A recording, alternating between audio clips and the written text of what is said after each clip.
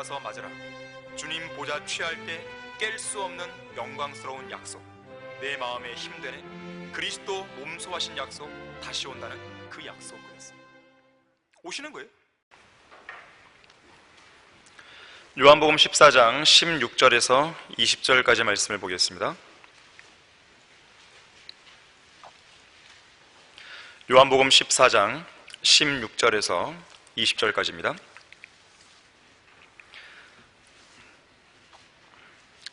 또 내가 아버지께 기도하겠고 그분께서 또 다른 위로자를 너희에게 주시리니 그가 너희와 함께 영원히 거하시리라. 진리의 영인 그를 세상은 영접할 수 없으니 이는 세상이 그를 보지도 못하며 또한 알지 못하기 때문이라.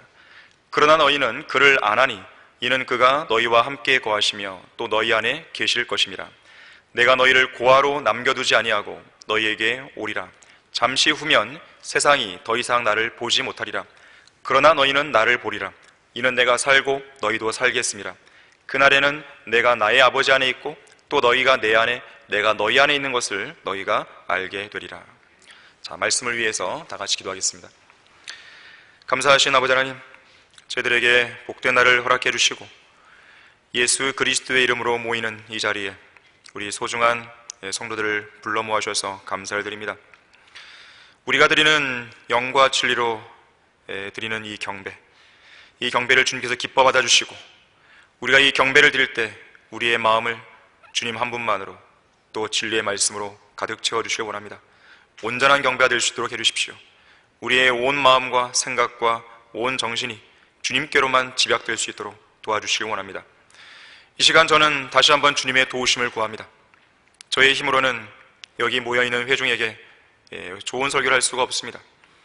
하지만 주님께서 역사하시면 그 어떠한 설교보다도 위대한 설교가 될 수 있으리라고 저는 확신합니다. 우리 성도들의 마음을 열어주시고 마음밭을 갈아주십시오. 말씀이 효과적으로 역사할 수 있게 해주시고 많은 열매와 또 많은 변화가 일어날 수 있도록 도와주시기 원합니다. 주 예수 그리스도 이름으로 기도했습니다. 아멘. 우리와 함께 하시는 하나님, 우리와 함께 하시는 하나님이라는 제목으로 설교하겠습니다. 임마누엘이죠. 메시아이신 예수 그리스도의 또 다른 이름은 임마누엘인데 바로 그 뜻이 우리와 함께 하시는 하나님입니다. 하나님의 또 다른 이름인 것이죠. 하나님께서는 지금 여러분과 함께하고 계십니까? 자, 그렇다면 여러분은 하나님과 함께 계시나요? 여러분은 무엇 때문에 기쁘고 또 무엇 때문에 슬프십니까? 무엇 때문에 즐겁고 또 무엇 때문에 낙심이 되십니까? 무엇 때문에 마음이 평안하고 또 무엇 때문에 마음이 괴롭고 우울하십니까? 여러분의 만족과 행복은 어디에 근거하고 있는 것이죠? 여러분과 함께 하시는 하나님이십니까? 아니면 그분이 아닌 다른 것 때문에 만족하고 또 행복을 느끼고 있습니까? 영국 웨스트민스터 사원에는 요한 웨슬리를 위한 기념비 하나가 세워져 있는데요, 거기에는 생전에 웨슬리가 했던 3마디 말이 쓰여 있다 그래요. 첫 번째 말은 전 세계가 나의 교구이다. 다시 말하자면 전 세계가 나의 사역 장소이다. 그런 말을 했고요. 두 번째 말은요, 하나님께서 그분의 일꾼을 땅에 묻으신다 해도 그분의 사역은 계속 수행해 나가신다. 그리고 세 번째 말은 웨슬리가 죽기 직전 팔을 높이 들고 승리의 기쁨에 찬 목소리를 했던 마지막 말인데요, 이런 말입니다. 세상에서 가장 좋은 것은 하나님께서 우리와 함께 하신다는 것이다. 이것을 임종 직전에 외쳤다 그래요. 여러분은 아침에 일어나면 가장 먼저 무엇을 하십니까? 일어나자마자 즉시로 하는 행동이 무엇이죠? 이불을 개는 겁니까? 창문을 열어서 환기시키거나 햇빛이 들어오도록 커튼을 열어 젖히는 일입니까? 아니면 몸을 풀기 위해서 스트레칭을 하십니까? 한 설문조사에서 아침에 일어나면 가장 먼저 무엇을 하는지를 물었습니다. 응답자의 55%가 시원한 물을 마신다고 대답했어요. 38%는 화장실에 간다고 그랬습니다. 그 뒤를 이어서 TV를 켠다, 아예 아침에 일찍 안 일어나는데요, 이렇게 하면서 있고요. 자, 우리가 아침에 일어날 때 함께 일어나는 존재가 있는데 누구인지 아십니까? 하나님은 아니십니다. 하나님은 졸지도 않으시고 주무시지도 않기 때문에 그러시죠. 바로 우리의 대적인 마귀가 우리와 함께 일어나고 항상 우리보다 앞서 움직이며 무언가 계략을 꾸밉니다. 마귀가 엄청나게 부지런하다는 거 알고 계십니까?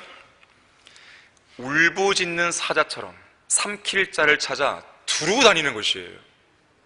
그 존재가 바로 마귀라는 것을 잊으면 안 됩니다.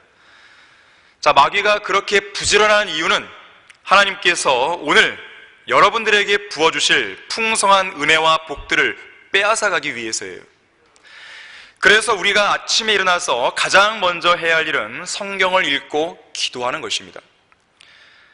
성경을 읽을 때 우리와 함께 하시는 하나님께서 바로 지금 나에게 직접 하시는 말씀으로 인식하며 읽어야 돼요.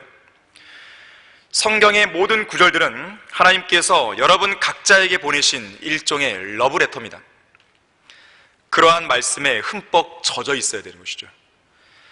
진정으로 하나님의 음성을 듣기 원하고 주님과 참된 영적 교제를 나누고 싶다면 성경을 들고 혼자 조용한 장소로 가서 무언가 하나라도 깨닫게 해달라고 간절히 기도하는 마음으로 성경을 펼쳐 읽어야 됩니다. 성경을 열어서 한 구절 한 구절 짚어가며 진지하게 묵상하는 가운데 하나님의 모습과 그분의 뜻을 보여주도록 기도하는 거예요. 자, 말씀을 묵상한다는 것은요, 숙고하는 거예요. 그날 성경에서 읽은 말씀들에 대해서 진지하게 생각하는 것이죠. 자신의 영적 생활에 이 말씀을 어떻게 적절하게 적용할 것인가를 심사숙고하는 것입니다. 마치 그날 아침에 먹은 음식을 잘 소화시켜서 온몸에 골고루 흡수되게 하는 것, 이것이 바로 묵상이에요. 들판에 앉아있는 소가 아침에 먹은 여물을 위에서 입으로 다시 개워내어 되새김질하는 것처럼 우리가 읽은 말씀을 계속 되새기고 또 되새기고 숙고하고 또 숙고함으로써 우리 믿음의 생활에 적용할 수 있어야 됩니다. 그러한 과정을 통해서 무슨 말씀이든지 하나님께서 일깨워 주신 것이 있다면 즉시로 하나님께 감사하는 거예요. 고맙습니다. 그리고 그 말씀들을 주님과 함께 여러분의 생활터로 나아가서 실행에 옮기는 것이죠. 그런가 하면 진지한 기도와 응답된 기도를 통해서 우리와 함께 하시는 하나님의 섭리적인 손길을 매일 매순간 경험해야 됩니다. 그리스도인들의 영적 생활의 강건함과 척도는 하나님의 말씀과 기도에 달려있다는 것을 기억하셔야 돼요. 성도가 성경을 읽을 시간과 기도할 시간이 없게 되면 그의 영적 체질은 약해집니다. 마귀의 공격에도 취약해져요. 마귀에게 반격조차 못하고 죄의 유혹에 쉽게 무너져 내립니다. 구원받기 이전에 지녔던 나쁜 습관들로 다시 돌아가서 그리스도인으로서의 간증을 잃어버리는 것이에요. 여러분은 기도할 때 어떻게 기도하십니까? 기도의 사람 존 하이드는 이렇게 말했습니다. 마치 하나님께서 자기 곁에 계신 것처럼 기도하라. 주님께서 금방이라도 응답해 주시기 위해서 바로 옆에 계신다는 사실을 믿고 확신하고 기도하라 그랬어요. 기도는 그날에 우리가 최우선적으로 해야 할 가장 숭고한 의무이고 우리와 함께 하시는 하나님을 가장 실제적으로 경험할 수 있는 확실한 수단이에요. 여러분은 하나님의 살아계심을 어떻게 느끼시겠습니까? 우리가 환상을 봐요, 환청을 들어요, 꿈을 통해 하나님과 교제를 해요. 그게 아니잖아요. 이 시대에는 믿음으로 사는 시대입니다. 말씀과 기도가 가장 확실하고 실제적인 수단이에요. 자, 이렇게 하나님의 말씀과 기도를 통해서 우리와 함께 하시는 하나님과 동행하면 아침에 우리와 함께 일어난 그 마귀는 자연스럽게 물러가게 됩니다. 자, 하나님은 어디에 계십니까? 하나님께서는 그분의 성도들과 함께 거하시고 성도들 안에 계십니다. 자, 첫 번째로 우리와 함께 하신다는 하나님의 약속이 성경 곳곳에 있어요. 성경 어디를 펼쳐봐도 그 약속을 볼 수 있습니다. 하나님께서는 형 에서를 피해서 외삼촌 라반의 집으로 도망가던 야곱, 하나님의 복과 아브라함의 언약을 상속받은 그 야곱에게 하나님께서는 이렇게 약속했어요. 보라, 내가 너와 함께 있어. 내가 어디로 가든지 모든 곳에서 너를 지키며 너를 다시 이 땅으로 데려오리니 내가 네게 말한 바를 이룰 때까지 내가 너를 떠나지 않을 것이라. 여호수아에게는 이렇게 약속했습니다. 내가 오늘부터 모든 이스라엘의 목전에서 너를 크게 하리니 그들은 내가 모세와 함께 하였던 것처럼 내가 너와 함께 하리라는 것을 알리라. 내가 네게 명령하지 않았느냐? 강건하고 담대하라. 무서워 말고 낙심치 말라. 이는 주 내 하나님이 네가 어디로 가든지 너와 함께함이라. 그분의 마음에 맞는 다윗, 주님을 위해서 성전을 지으려는 순수한 열망을 지녔던 그 다윗에게 하나님은 이렇게 약속하셨어요. 이렇게 말씀하셨어요.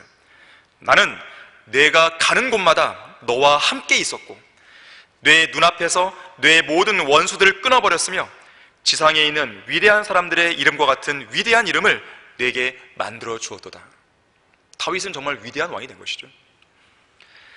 부활하신 예수님께서는 하늘로 올라가시기 직전 그분의 제자들에게 이렇게 약속했어요.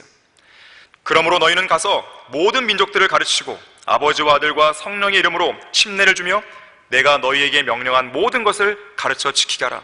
보라, 내가 세상 끝까지 너희와 항상 함께 있으리라. 이방인을 위한 사도인 바울에게도 하나님께서는 이렇게 약속했어요. 내가 너와 함께 있는 이상 아무도 너를 해치지 못할 거야. 내가 너와 함께 있는 이상. 그러한 약속을 받은 바울은 우리 모든 그리스도인들 향해서 이렇게 기도하고 있습니다. 화평의 주께서 친히 너희에게 항상 모든 일에 화평을 주시기를 원하노라. 주께서 너희 모두와 함께 하시기를 바라노라. 히브리서 13장 5절은 이렇게 말씀하죠. 너희의 생활 방식에 탐욕이 없도록 하고 현재 가진 것들로 만족하라. 이는 그가 말씀하시기를 내가 너를 떠나지 아니하고 너를 버리지 아니하리라고 하셨습니다. 성경 어디를 봐도 이러한 약속들이 있는 거예요. 여러분은 이 약속을 확고하게 붙드셔야 돼요. 어떤 상황에 직면한다 해도 우리를 떠나지 않으시고 우리를 버리지 않겠다는 그 약속을 여러분은 믿음으로 붙들고 살아야 되는 것입니다. 시편 9편 10절은 이렇게 말하고 있어요. 주의 이름을 아는 자들은 주를 의지하리니 이는 주여 주께서 주를 찾는 자들을 버리지 않으셨습니다. 이 누가복음 15장에는 세 가지 비유가 나오죠.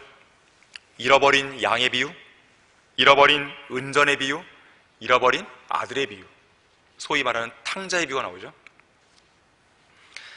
잃어버린 양의 비유에서 99마리의 양을 우리에 두고 잃어버린 양 한 마리를 찾기 위해서 온 산을 헤매던 목자가 나옵니다. 이 목자가 한 마리 양을 찾았을 때 얼마나 기뻤을까요? 자, 그런데 여러분은 그 목자가 양을 찾은 것에만 만족하고 그 양을 산에다가 홀로 내버려둔 채 혼자서 산을 내려왔을 거라고 생각하십니까? 그렇지 않겠죠. 잃어버린 은전 한 개를 찾기 위해서 온 집안을 샅샅이 뒤진 여인이 그 은전을 찾았을 때 얼마나 기쁨이 컸겠어요? 자, 그런데 여러분은 그 여인이 은전을 찾은 것에만 기뻐하고 그것을 찾은 것에 기뻐만 하고 그 장소에 그대로 내버려둔 채 다른 일을 할 거라 생각하십니까? 그렇지 않겠죠. 잃어버린 아들을 오매불망하면서 오늘 오나 내일 오나 하면서 간절히 기다리고 있었는데 저 멀리 길 모퉁이로 아들이 오는 모습을 보고는 맨발로 뛰쳐나간 아버지가 아들을 만났을 때 얼마나 기쁨이 컸겠어요. 자, 그런데 그 아들을 찾은 아버지가 그 아들을 만난 것에만 만족하고 그냥 아들을 길거리에 내버려두고 혼자 집으로 왔을까요? 자, 잃어버린 양을 찾은 목자는 그 양을 어깨에 메고 자신이 찾은 양과 함께 산에서 내려왔겠죠. 잃어버린 은전을 찾은 그 여인은 그 은전을 찾은 즉시 다시는 잃어버리지 않기 위해서 자신의 주머니에 꼭꼭 또 확인하고 또 확인하고, 혹시나 또 떨어지지 않았을까 또 확인하고, 그렇게 했겠죠. 마찬가지로 잃어버린 아들을 찾은 아버지 역시나 그 아들을 데리고 함께 집으로 와서 가장 좋은 옷을 입혀주고, 또 손에는 비싼 가락지를 끼워주고, 발에는 좋은 신을 신겨주고, 살찐 송아지를 잡아서 잔치를 벌였습니다. 인자가 온 것은 잃어버린 자를 찾고 또 구원하려는 것이라고 그랬어요. 자, 잃어버린 죄인들을 찾으러 오신 주님께서는 죄인이었던 우리를 찾아 구원해 주셨을 때, 우리를 찾으시고 구원하신 그 순간부터 지금까지 우리와 함께 하셨고, 또 앞으로도 영원토록 우리와 함께 하실 것이고, 또 영원한 하늘나라 집으로 함께 들어가시는 거죠. 내가 확신하노니 사망이나 생명이나 천사들이나 정사들이나 권세들이나 현재의 일들이나 다가올 일들이나 높음이나 깊음이나 어떤 다른 피조물이라도 우리를 그리스도 예수 우리 주 안에 있는 하나님의 사랑에서 떼어놓을 수 없으리라. 떼어놓을 수 없는 것이죠. 그래서 바울은 고린도전서 15장 10절에서 이렇게 이야기합니다. 그러나 하나님의 은혜로 지금의 내가 되었고, 또 내게 주신 그분의 은혜가 헛되지 아니하여 그들 모두보다 내가 더 많이 수고하였으나 그것은 내가 아니요 나와 함께 하신 하나님의 은혜로다. 1896년 영국 글래스고우 대학에서 아프리카 선교사 데이비드 리빙스턴에게 이 법학 박사 학위를 수여할 때였습니다. 리빙스턴이 한마디 하려고 일어서자 모든 사람들이 존경의 눈빛으로 그를 바라봤어요. 그는 아프리카 뜨거운 열대 지방에서 오랜 시간 고군분투해온 선교 사역으로 인해서 몸이 몹시 수척해졌고 볼품없게 보였을 뿐만 아니라 이 사자에게 공격당한 상처 때문에 이 한쪽 팔, 왼쪽 팔은 축 처져 있었어요. 하지만 리빙스턴은 당당하게 강단에 섰습니다. 그리고 어떤 주저함도 없이 기쁨으로 나는 다시 아프리카로 돌아가겠습니다, 이러한 결심을 표명했어요. 그러면서 이렇게 말했어요. 어쩌면 여러분은 제가 그곳에서 어떻게 살아왔는지, 그리고 절망의 땅 아프리카 대륙에서 절망적인 원주민들 가운데 섞여 살 때 저를 지금까지 지탱해주고 저를 붙들어온 것이 무엇인지 여러분은 묻고 싶을 것입니다. 그 질문에 대한 답을 드리자면 그것은 바로 보라, 내가 세상 끝까지 너희와 항상 함께 있으리라는 주님의 약속이었습니다. 저는 이 약속의 말씀에 저의 모든 것을 걸었고 그 말씀은 지금까지 단 한 번도 저를 낙심하게 한 적이 없었습니다. 자, 하나님께서는 그분의 성도들과 함께 거하시고 성도들 안에 계십니다. 두 번째로, 우리 안에 거하시는 하나님께서는 우리와 신비의 교제를 나누고 계세요. 다 같이 골로새서 1장 27절을 찾아보겠습니다. 골로새서 1장 27절입니다.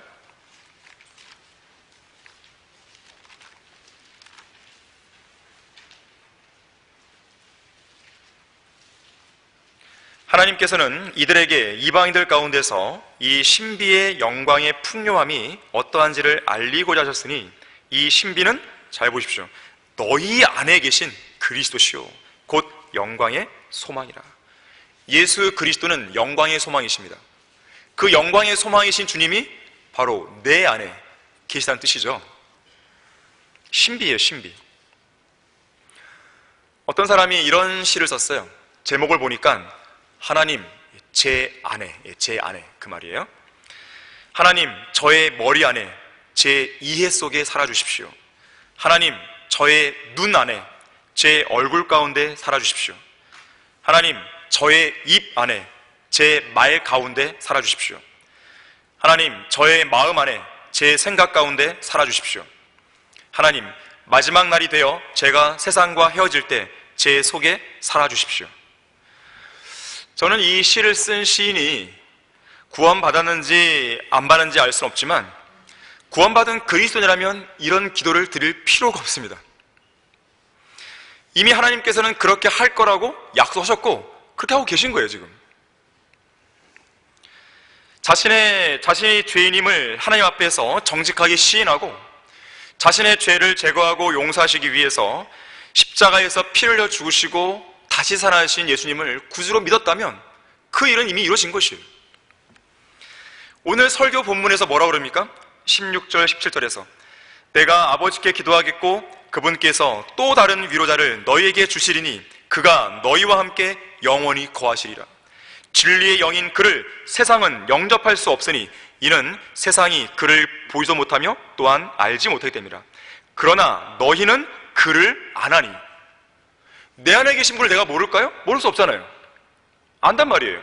그를 아나니 이는 그가 너희와 함께 거하시며 또 너희 안에 계실 것입니다. 내가 그분을 모른다면 나는 구원받지 않은 거죠. 내 안에 계신데 내가 어떻게 몰라요, 그걸요? 여러분이 죄를 지었는데 여러분 안에 계신 하나님께서 가만히 계십니까? 계속 져. 아니잖아요. 너 빨리 자백해. 자백 안 해? 빨리 자백해.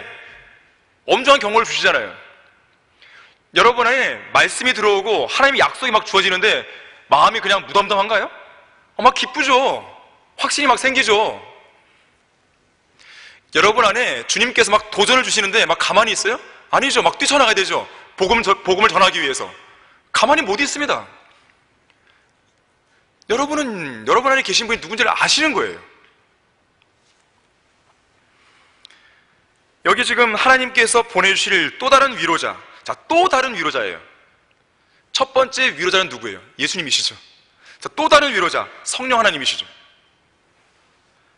그분께서 성도들 안에 영원히 내주하시는 거예요. 너희와 함께 영원히 거한다 그랬잖아요. 그래서 그리스도인들의 이 몸은 하나님이 거하시는 성전이에요. 그래서 우리 그리스도인들의 구원은 영원히 보장되는 거예요. 자, 그런데 지금 우리 몸 안에 하나님이 계시다는 것 놀랍지 않습니까? 신비롭지 않습니까? 그뿐 아니라 하나님께서 우리에게 무언가를 말씀하고 계세요. 또한 우리 역시나 주님께 무언가를 말씀드리죠. 그게 기도 아니겠어요? 이 시간 설교 말씀을 통해서 여러분 각자에게 들려주시는 하나님의 음성을 여러분 안에 계신 하나님으로부터 들을 수 있는 거예요. 얼마나 신비로워요. 그뿐 아니라 여러분이 무언가를 하나님께 말씀드릴 때 여러분 안에 계신 하나님께서 그 음성에 경청하고 계십니다. 신비로운 것이죠. 우리 안에 거하시는 성령님께서는 우리를 인도하시고 위로하시는 우리의 가장 좋은 친구시죠. 성령님은 우리를 돕기 위해서 우리 곁으로, 더 나아가서는 우리 안으로 들어오신 분이에요. 본문 18절에서도 내가 너희를 고아로 남겨두지 않을 거로 약속했어요. 자, 우리는 이 세상에서 홀로 버려진 고아가 아닙니다. 고아처럼 살지 마세요. 우리는 왕 같은 제사장들로 부름받은 사람들이에요. 왕답게 생활하셔야죠. 제사장답게 생활되죠. 거지처럼 살아서는 안 되겠죠. 설령 이 세상 사람들이 우리를 버린다 해도 주님은 우리를 안 버리시죠. 세상 사람들은 고난에 처한 우리를 방관하지만 주님은 절대로 방관하지 않으시죠. 우리를 도우십니다. 여러분은 혼자가 아니에요. 쓸쓸하고 외로움이 밀려올 때, 우울증에 시달리거나 심지어 자살 충동이 일어날 때 여러분은 결코 혼자가 아닌 것이죠. 그래서 위로자이신 성령께서는 우리에게서 비정상적인 두려움과 어둠의 공포를 치유해 줄 수 있습니다. 성령님은 빛이시기 때문에 여러분 안에 엄습해 들어온 어두움을 몰아내실 수 있는 분이에요. 불면증? 치료 가능합니다. 말씀과 기도를 통해서 주님과의 교제에 힘쓰다 보면 잠도 잘 와요. 쓸데없는 생각으로 이 생각이 복잡하다 보니까 잠이 안 오는 거죠. 시편 127편 2절에서 뭐라 그랬어요? 주님은 사랑하시는 자에게 잠을 준다 그랬습니다. 외로움도 치유해 주세요. 외로움을 극복하기 원하십니까? 그러면 성령님과의 친밀한 관계를 발전시켜 나가는 거예요. 저는 지금 심리 상담자로서 말하는 것이 아니에요. 성령님의 역사에 대해서 이야기하는 것입니다. 우리의 무기력한 마음과 상한 마음 치유하실 수 있는 분은 하나님 한 분이에요. 성령 하나님을 통해서 우리의 상하고 공허한 마음을 채우는 것이죠. 어떤 것들을 마음속에서 잃어버렸거나 무엇인가 마음속에서 떠나갔을 때, 그래서 상실감이 크게 밀려올 때 하나님만이 그 공허한 자리를 만족스럽고 풍성하게 채워줄 수 있습니다. 이것이 아니었다면요, 이것이 없었다면 지난 2000년간의 인류 역사 속에서, 2000년간의 교회사 속에서 화형을 당하고 감옥에 갇히고 박해를 당하고 그러한 성도들이 그 고통을요 견뎌낼 수 없었습니다. 왜 그들이 그런 고통을 이겨낼 수 있었을까요? 그 안에 계신 성령님께서 힘을 주신 것이죠. 위로를 주신 것이죠. 그 고통을 견뎌낼 수 있는 능력을 주신 거예요. 그들이 우리와 다른 사람들입니까? 똑같은 사람들이에요. 똑같은 성정, 똑같은 감정, 똑같은 힘든 그런 문제들을 갖고 있는 사람들이에요. 그런데 그들은 놀라운 힘을 그 마지막 순간에 발휘한 것이죠. 그 안에 성령님이 계시는 거죠. 그렇게 역사하신 성령님은 지금 우리 안에도 계신 거죠. 그걸 왜 못 믿냐 이거예요. 공산주의 시대에 러시아와 중국 강제 수용소에서 가장 고통스러운 고문도 인내할 수 있는 것은 바로 그 안에 계신 성령 하나님의 역사 때문에 그렇습니다. 그래서 리차드 움브란트가 성령의 능력으로 3년간의 독방 생활을 견뎌낸 거예요. 그러면서도 그리스도인의 마음과 탁월한 유머 감각을 잃지 않고 나왔습니다. 그렇기 때문에 하랄람 포퍼프도 성령의 능력을 통해서 13년간의 옥중 생활을 마치고 예수 그리스도의 담대한 증인으로 나올 수 있었습니다. 오늘 본문 18절에 보게 되면 예수님이 약속하셨어요. 내가 너희를 고아로 남겨두지 아니하고, 두 번째 약속 뭡니까? 너희에게 오리라 그랬어요. 오신다는 이 약속은 두 가지 측면으로 볼 수 있는데, 1차적으로는 오순절날 성령의 모습으로서 오심으로 성취가 일단 됐습니다. 이것은 영적인 측면이에요. 그 일이 일어났을 때 어떤 일이 일어났냐면, 20절에 보듯이 예수님께서 아버지 하나님에 계시고 그리스도인들은 예수 그리스도 안에 있게 되고, 동시에 예수님은 그리스도인들 안에 들어와 계시는 거예요. 영으로. 신비롭고 놀라운 일이죠. 그런데 이것만이 있는 게 아니에요. 이후로 하늘의 처소와 저택들이 다 마련되면 이제는 영으로만이 아니에요. 실제 몸으로, 부활하신 그 몸으로, 승리의 그 몸으로 다시 오시는 것이죠. 이것은 예수님이 죽으신 이후에 실제적인 몸으로 다시 살아났기 때문에 가능한 약속이죠. 그래서 19절 보세요. 잠시 후면 세상이 더 이상 나를 보지 못하리라. 돌아가시니까요. 그러나 너희는 나를 보리라. 부활하시니까요. 이는 내가 살고 너희도 살겠습니다. 몸을 입고 부활하셨기 때문에 눈에 보이는 몸으로 다시 오시는 거죠. 1차적으로는 공중재림 때 그 약속이 성취가 되겠죠. 더 나아가서는 어린 양의 혼인식이 끝난 이후에 있을 재림 때 우리 모두는 원수들을 진멸시키는 예수님의 뒤를 따라 이 땅에 내려오고 와서 천년왕국으로 들어가는 것이죠.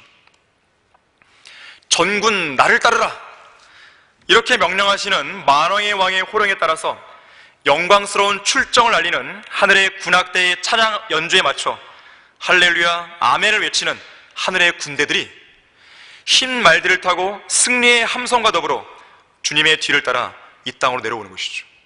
그리고 천년왕국으로 마치 개선장군처럼 당당하게 입성하게 되는 것입니다. 생각만 해도 가슴 벅찬 순간이에요. 온몸에 전율이 느껴지는 것이죠. 찬송가에도 있어요. 236장 문들아 열려라, 이 찬송 3절 가사에 보면요, 주님 다시 오심 생각하니 놀라운 전율이네.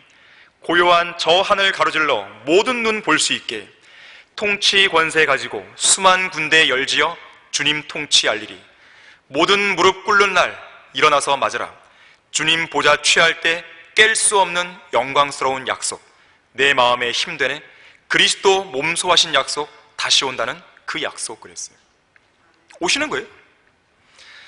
하나님께서는 그분의 성도들과 함께 거하시고 성도들 안에 계십니다. 세 번째로, 우리 안에 거하시는 하나님께서는 우리가 겪고 있는 고난 속에서도 함께 거하고 계십니다. 우리 다 같이 시편 91편 15절을 찾아보겠습니다. 시편 91편 15절입니다.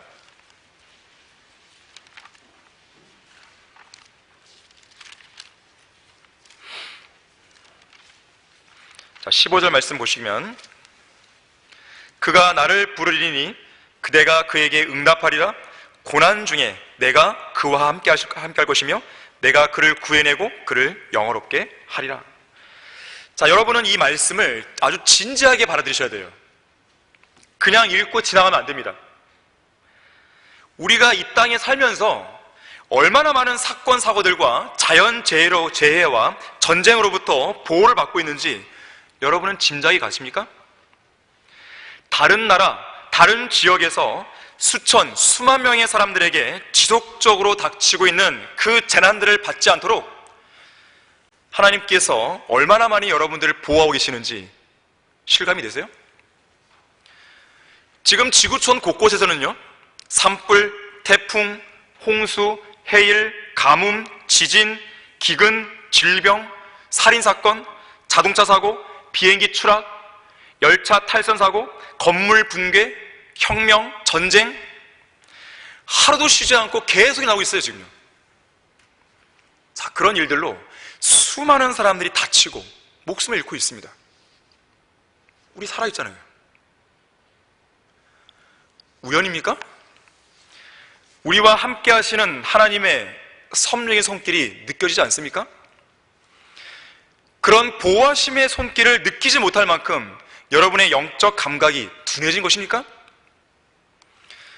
어떤 성도는 식사 기도할 때만 하나님께 감사드리는데요, 여러분에게 남편이 있고 아내가 있고 부모님이 계시고 자녀들로 있다는 사실로 인해서 감사해 보십시오. 설령 이 땅에 가족 없이 혼자 남아있다 하더라도 홀로 고아처럼 내버려두지 않으시고 항상 눈동자처럼 지키시고 보호해 주시는 하나님께 감사하십시오. 건강을 주신 하나님께 감사하십시오. 정부가 이 다음 주 월요일 30일부터 실내 마스크 착용 의무를 대부분 장소에서 해제한다고 그러잖아요. 코로나19가 발발한 지 무려 3년 만이에요. 3년 동안 전 세계 확진자는 6억 7천만 명이고 사망자가 674만 명이 육박합니다. 우리는 지금 건강하게 살아있잖아요. 코로나에 단 한 번도 감염되지 않은 성도들은 코로나로부터 보호해 주신 하나님께 감사하십시오. 코로나에 감염되었다가 회복된 성도들은 건강을 회복시켜 주신 주님께 감사하십시오. 자, 아직 회복 중인 성도들이 있다면 불과 1, 2년 전만 해도 중환자실에 격리되어 있던 그런 환자 신세가 지금 아니라는 것에 감사하십시오.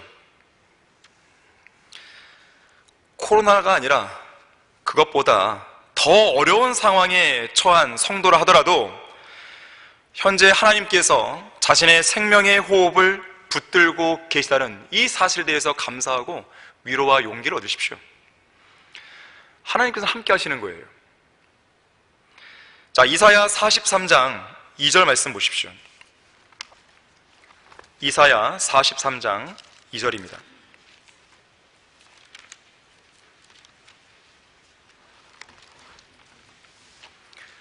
자, 2절 말씀 보시면 2절, 내가 물들을 통과할 때도 내가 너와 함께 있을 것이며 내가 강들을 통과할 때에도 물이 너를 덮치지 못할 것이라. 내가 불속을 통과해서 걸을 때에도 타지 않을 것이며 불꽃이 내 위에서 타지 못할 것이라. 자, 이 구절은 교리적으로 보게 되면 재림 때에 있을 이스라엘의 회복과 연관되어 있습니다. 자, 그런데 역사적으로도 이런 일들이 실제로 일어난 적이 있었죠. 출애굽 당시 이스라엘 백성이 홍해를 통과할 때에 하나님께서는 백성들과 함께 계셨습니다. 홍해를 양옆으로 갈라지게 하셔서 그들이 마른 땅으로 건너가게 했잖아요. 또한 요단강을 건너서 카나안 땅으로 들어갈 때도 이 상류 쪽에서 내려오는 그 물들이 중간에 딱 멈춰서서 백성들이 모두 건널 때까지 계속해서 물들이 올라가서 이게 쌓여 올라갈 때에도 하나님은 그 물들이 백성들 위에 덮치지 않도록 막아주셨잖아요. 또한 다니엘의 세 친구가 불속을 통과해서 걸을 때도 불타지 않게 하셨고 불꽃이 그들 위에 타지 못하게 하셨잖아요. 그래서 그들이 나왔을 때는 불탄 냄새조차 없었습니다. 당시 주님께서는 다니엘의 세 친구와 함께 어디에 계셨습니까? 그 불속에 계셨잖아요. 불속에. 하나님께서는 우리가 기쁘고 즐거울 때만 함께 하시는 분이 아니에요. 우리가 낙심하고 절망에 사로잡혀 있을 때도, 우리가 극심한 고난에 직면해 있을 때도 함께 하십니다. 다만 그것을 믿지 못하는 성도가 있을 뿐이에요. 하나님 어디 가신 게 아니에요. 어디 멀리 출타 중인 게 아닙니다. 잠깐 뭐 조신 게 아니에요. 그걸 믿지 못하는 그 성도가 있을 뿐이에요. 마귀가 우리를 삼키기 위해서요, 우리 앞에 있을 때에도 주님 우리와 함께 계시는 거예요. 주님께서는 너무 빠르지도 않고 너무 늦지도 않는 최적의 시간에 우리가 겪는 그 고난의 현장에 오셔서 우리와 함께 하시고 또 우리를 고난에서 건져내십니다. 자, 만일에요, 다니엘의 세 친구가 평상시보다 7배나 더 뜨거운 용광로에 던졌을 때 주님께서 1분 정도 늦게 왔다고 생각해 보세요. 그 불길 가운데 있는데 하나님의 아들과 같은 그 분이 좀 늦게 거기에 왔다고 생각해 보세요. 그랬다면 주님께서는 화상을 입고 다 죽게 된 다니엘의 세 친구를 부축하고 나오셔야 했겠죠. 사자굴에 던져진 다니엘을 구하시기 위해서 하나님께서 천사를 보내셨는데 그 천사가 여차여차해서 조금 늦게 왔어요. 그래서 사자들의 입을 조금 늦게 막았어요. 그랬다면 그 천사는 이미 사자들의 이빨에 산산조각으로 부서진 다니엘의 그 뼈들 몇 개만 대충 간추려서 나왔겠죠.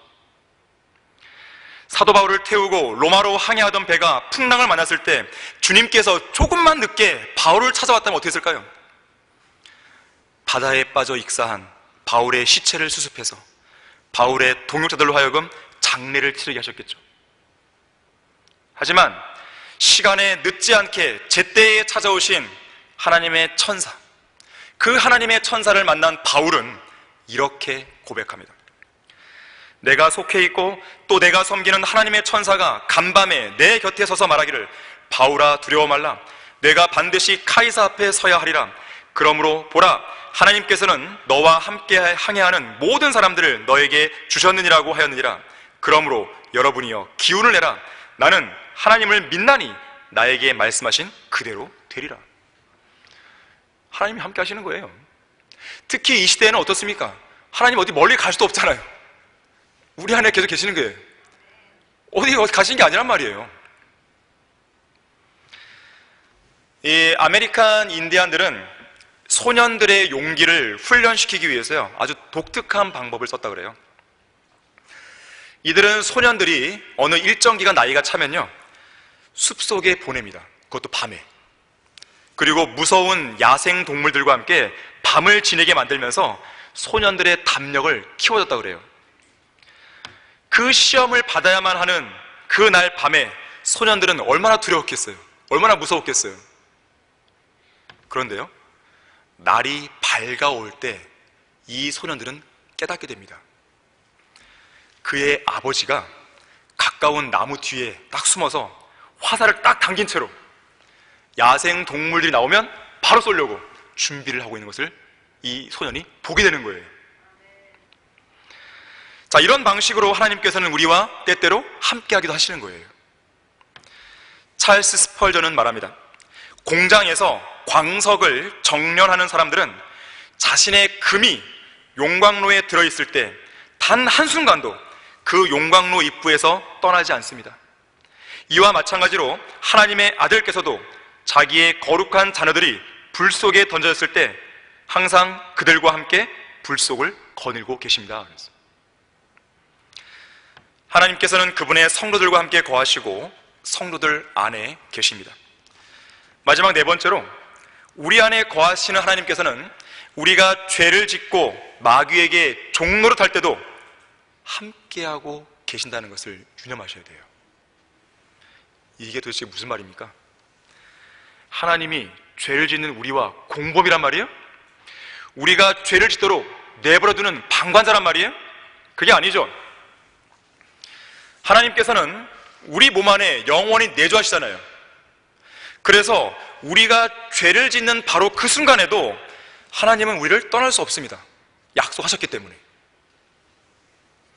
다시 말하자면 죄를 짓고 있는, 죄 많은 우리의 육신을 참고 견디시면서 때로는 슬퍼하시고 눈물로 중보하시는 가운데 우리와 함께하고 계시는 거예요. 우리 안에 내주하신 하나님께서는 여러분들이 하나님께 찬양과 감사와 영광을 돌리고 영과 진리로 경배를 드리는 이 순간만 같이 계시는 게 아니라, 우리가 주님께 죄를 짓고 주님의 이름이 우리의 죄로 인해 모독을 받는 그 순간에도 우리와 함께하고 계시는 거예요. 우리가 성령 안에 살면서 그리스도의 향기를 발할 때뿐만 아니라, 우리가 육신의 정욕을 따라 살면서 육신에 썩고 구린내 나는 냄새를 풍길 때도 주님은 우리와 지금 함께 계시고 있는 거예요. 우리가 주님께서 그분의 핏값으로 사신 우리의 몸과 지체들을 의의 병기로 하나님께 드릴 때든지, 아니면 불의의 병기로 죄에게 내어줄 때든지 주님은 우리와 함께 계시는 거예요. 주님은 약속했기 때문에 그런 것이거든요. 물론 주님은 떠나고 싶겠죠. 떠나고 싶습니다. 죄를 짓는 우리 몸 안에 계시고 싶겠어요? 당장 떠나고 싶죠. 그런데 우리에게 주어진 약속이 있는 거예요. 그래서 여러분은 여러분 안에 계신 주님을 모시고 죄를 지으러 가면 안 된다는 거예요. 여러분 안에 계신 주님의 마음을 불쾌하게 해드리면서까지 더러운 말과 가증한 죄를 일삼으면 안 된다는 것입니다. 자, 흔히들 자신이 사랑하는 사람이 좋아하는 것을 행하잖아요. 자신이 사랑하는 사람이 좋아하는 장소에 가잖아요. 자신이 사랑하는 사람이 좋아하는 먹거리를 같이 먹잖아요. 굳이 자기가 사랑하는 사람이 싫어하는 것을 행하고 싫어하는 장소로 갈 이유가 없잖아요. 여러분 안에 계신 주님을 사랑하십니까? 그렇다면 여러분은 구주이신 주님께서 싫어하시는 것을 행해서는 안 됩니다. 주님께서 싫어하시는 사람들을 만나서 교제해서는 안 돼요. 주님께서 싫어하시는 장소로 발길을 옮기면 안 됩니다. 그리스도인 의사이자 예수 그리스도의 훌륭한 증인이었던 월터 윌슨 박사가 있습니다. 이 박사는 어느 날 새해 전날 밤이었는데요, 그날 밤에 열리는 파티에 초대를 받았어요. 그는 자신을 초대한 사람에게 이렇게 물었다 그래요. 그 파티에 예수님을 모시고 될까요? 그러자 이 사람이 말합니다. 예수님께서 이 파티에서 벌어지는 일을 기뻐하지 않을 것 같은데요. 그러자 이 윌슨 박사는 이렇게 대답했다 그래요. 그렇다면 저도 그 파티에 참석해봤자 즐거워할 수 없을 것 같습니다. 저는 가지 않겠습니다. 주님께서 가기 싫어하시는 장소를 가야 할 이유가 어디 있겠어요? 주님께서 보기 싫어하시는 영상을 봐야 될 이유가 어디 있겠어요? 주님께서 듣기 싫어하는 말과 음악을 들어야 할 이유가 어디 있겠어요? 찰스 스펄전은 어렸을 때부터 어머니의 중보 기도를 통해 양육된 사람이었습니다. 그의 어머니는 스펄전에게 어린 시절부터 성경에서 말씀하는 죄가 무엇인지를 성경을 펼쳐서 알려줬다고 그래요. 그리고 스펄전이 죄를 짓지 않게 해달라고 매일같이 눈물로 기도했다고 합니다. 그러다 어느 날 그의 어머니는 스펄전을 앞에 세워놓고 이렇게 기도했다고 그래요. 하나님, 저는 이 아이에게 죄가 무엇인지 가르쳤습니다. 이제 이 아이는 비록 어릴지라도 죄가 무엇인지 알고 있습니다. 따라서 만약 이 아이가 죄를 짓고도 주님 앞에서 자신의 죄를 부인하거나 자신의 무지 때문에 죄를 지었다고 변명한다면 그때는 제가 이 아이의 범죄의 증인이 되겠습니다. 참으로 무서운 어머니, 대단한 어머니입니다. 사실은 스펄전은요, 이때를 회상하면서요, 자신의 어머니가 자신의 범죄의 증인이 되겠다, 이 말이 크게 와 닿았다고 그래요. 그래서 그때부터요, 이 어머니의 기도를 들으며 자란 이 스펄전은요, 죄를 짓는 것을 무척 두려워했다고 합니다. 자, 우리가 죄를 지을 때 우리 안에 계신 주님께서는 우리가 저지른 범죄에 대한 증인이십니다. 주님께서는 우리에게 죄가 무엇인지 알려주셨을 뿐만 아니라 우리가 죄를 짓는 그 현장에 계신 거예요. 우리가 거듭난 이후로 죄를 지을 때마다 주님께서 우리와 함께 거하시지 않은 적은 단 한순간도 없다는 뜻입니다.